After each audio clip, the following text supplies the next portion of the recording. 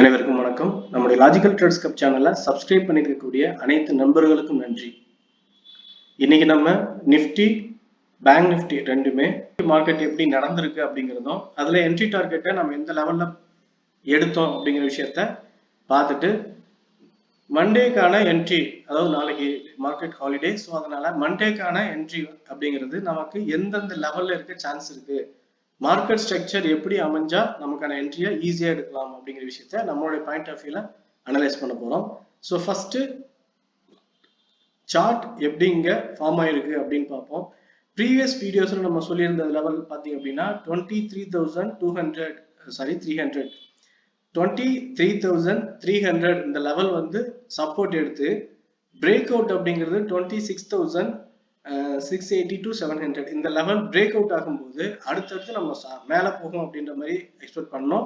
ஆனா மார்க்கெட்டுடைய ஸ்ட்ரக்சர் எப்படி இருந்திருக்கு அப்படின்னா, இங்க இருந்து கரெக்ஷன் வந்தது, சப்போர்ட் கரெக்டா எடுத்து நமக்கு இந்த லெவல் வரைக்கும் ஃபர்ஸ்ட் டார்கெட் கொடுத்துருச்சு.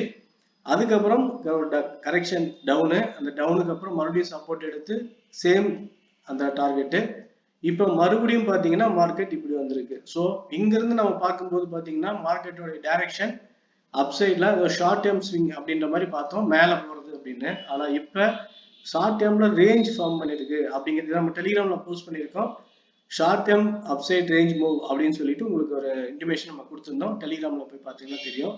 ஸோ இங்க பையிங் எடுத்து இங்க ரேஞ்ச் ஃபார்ம் பண்ணி இப்படி போயிட்டு இருக்கிறதுனாலதான் நமக்கு மார்க்கெட்ல என்ட்ரி வந்து ரேஞ்ச் பேஸ்ல கிடைச்சிட்டு இருக்கு. ஸோ பையிங்கும் செல்லிங்கும் கிடைச்சது. ஆனா அதுல செல்லிங்கும் பையிங்கும் பாத்தீங்கன்னா சில நேரங்கள்ல பிரச்சனை ஆகுது. எந்த இடத்துல நம்ம அந்த என்ன இடத்துல நம்ம தப்பு பண்ணோம், அது எப்படி சரி பண்ணோம், ரெண்டுத்தையும் நம்ம இப்ப பார்க்கலாம். ஓகே ஃப்ரெண்ட்ஸ், இப்ப நம்ம இன்ட்ராடே ஆனா இன்னைக்கு நம்ம மார்க்கெட்ல பார்த்த விஷயங்கள் அப்படின்னு பார்க்கும்போது, ஃபர்ஸ்ட் மார்க்கெட்ல மேல இருந்து டவுன் வந்தது. ஸோ இங்க நம்ம சப்போர்ட் எடுக்குது அப்படின்ற பட்சத்துல நம்ம சப்போர்ட் எடுத்து டார்கெட் பிளான் பண்ணோம். மேல போகும், இந்த லெவல் பிரேக் அவுட் ஆகும்னு எதிர்பார்த்தோம். ஸோ இந்த லெவல் பிரேக் அவுட் எக்ஸ்பெக்ட் பண்ணோம், பிரேக் அவுட் ஆகல. இந்த பிரேக் அவுட் எக்ஸ்பெக்ட் பண்ணிட்டு நம்ம வந்து ஸ்டாப் லாஸ் சின்னதா வச்சிருந்தோம், இங்கதான் ஸ்டாப் லாஸ் அடிச்சது, ரிவர்சல்ல. ஸோ இப்போ நம்ம அங்க மார்க்கெட் வந்து மேல போகல, பிரேக் அவுட் ஆகல அப்படின்னு கன்ஃபார்ம் பண்ணிட்டோம். ஸோ அங்கிருந்து டவுன்ல வருது அப்படின்னாலும் டவுன்ல நமக்கான கன்ஃபர்மேஷன் அப்படிங்கிறது 22,500க்கு கீழே தான் மார்க்கெட் க்ளோசிங் இருந்தது.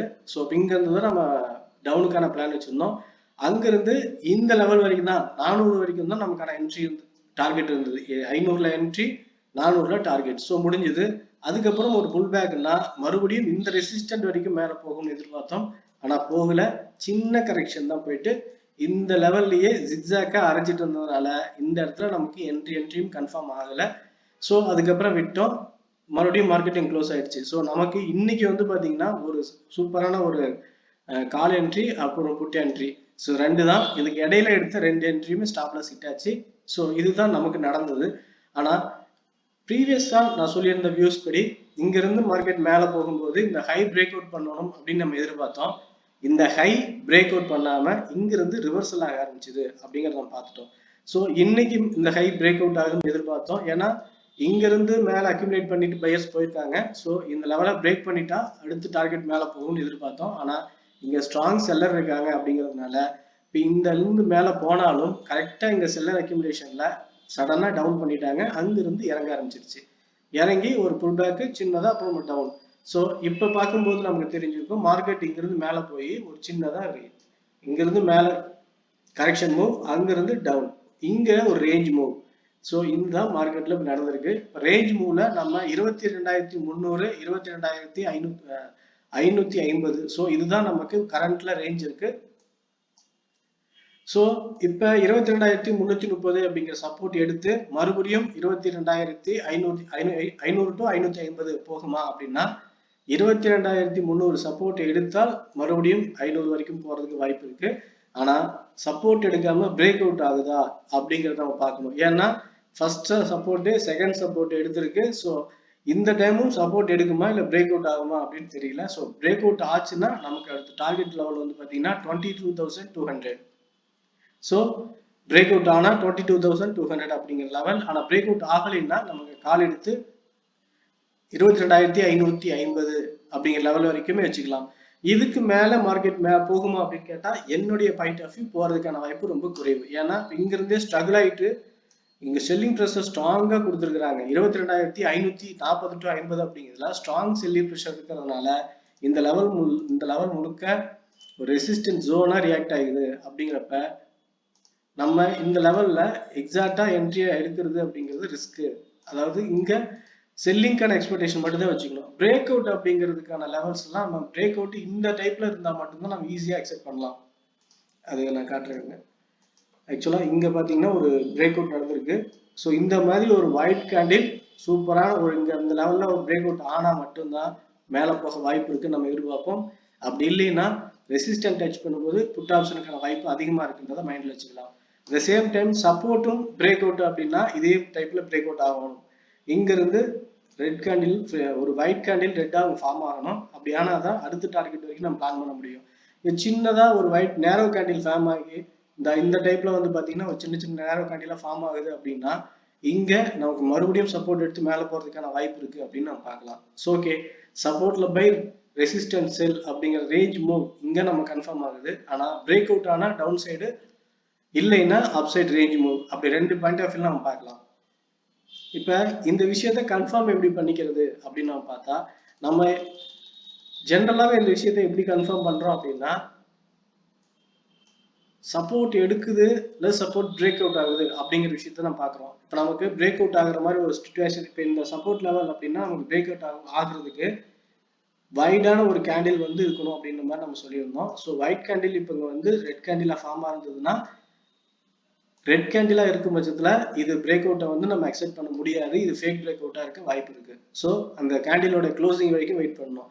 At same time green candle இருந்தால் பிரேக் அவுட் நம்ம கன்ஃபார்ம் பண்ணிக்கலாம். அந்த கேண்டிலோட ஹையஸ்ட் ஸ்டாப் லாஸ் வச்சு அடுத்த டார்கெட் வந்து 22,200 வரைக்கும் ஹோல்ட் பண்ணலாம். அட் சேம் டைம் ரெசிஸ்டன்ட்லையும் சேம் சினாரியோ தான். ஒயிட் கேண்டில்ல ரெட் கேண்டிலா இருந்தது அப்படின்னு சொன்னா நம்ம இங்க புட் ஆப்ஷனுக்கான ஸ்ட்ராங் செல்லிங் ப்ரெஷர் இருக்குது, அங்கிருந்து நம்ம புட் எடுக்கலாம் அப்படின்னு பிளான் பண்ணிக்கலாம்.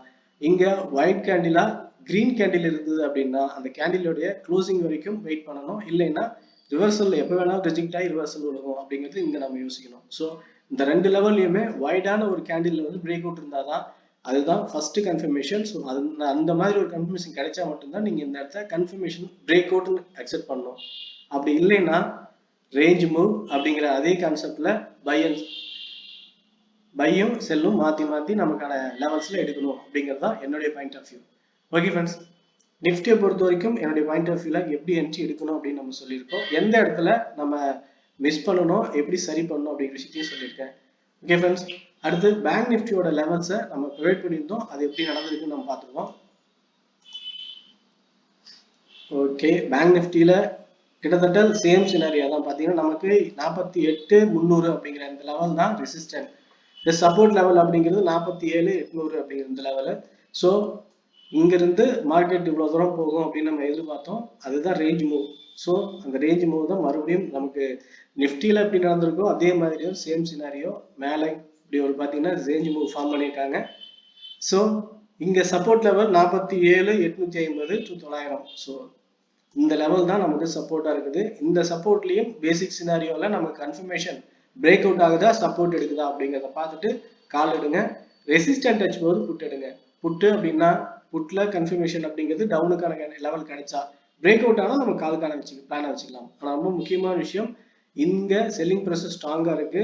இங்கெல்லாம் பாத்தீங்கன்னா செல்லர் அக்யூமுலேஷன் அதிகமா இருக்காங்க. அதனால அங்கிருந்து இறங்குறதுக்கான வாய்ப்பு ரொம்ப அதிகம். அப்படிங்கிறப்ப 47,850 48,300 இந்த ரெண்டு லெவலுக்குள்ள நமக்கு ஒரு ரேஞ்ச் பிளான் வச்சு பையிங் செல்லிங் என்ட்ரி எடுக்கிறது safe. Okay friends, Nifty bank Nifty ரெண்டுலையுமே என்னுடைய point of view range move, break அவுட்டுக்கான லெவல்ஸ் அப்படிங்கிறதும் பிரேக் அவுட் எப்படி நடந்தா அது ஹெல்த்தியா இருக்கும் அப்படிங்கிற விஷயத்தையும் பார்த்துருக்கோம். இந்த வியூ என்னோட பாயிண்ட் ஆஃப் வியூ மட்டும்தான். இதை உங்க ஐடியாவோட கம்பேர் பண்ணி ஒரு சேஃபான என்ட்ரி எடுத்து டார்கெட் புக் பண்ணுங்க. ஓகே ஃப்ரெண்ட்ஸ், என்னோட பாயிண்ட் ஆஃப் வியூல டீடைல்ஸ் எல்லாம் சொல்லியிருக்கோம். இந்த வியூ பிடிச்சிருந்தா லைக் பண்ணுங்க, உங்க ஃப்ரெண்ட்ஸ் சர்க்கிள் ஷேர் பண்ணி சப்போர்ட் பண்ணுங்க. தேங்க்யூ ஃபார் வாட்சிங்.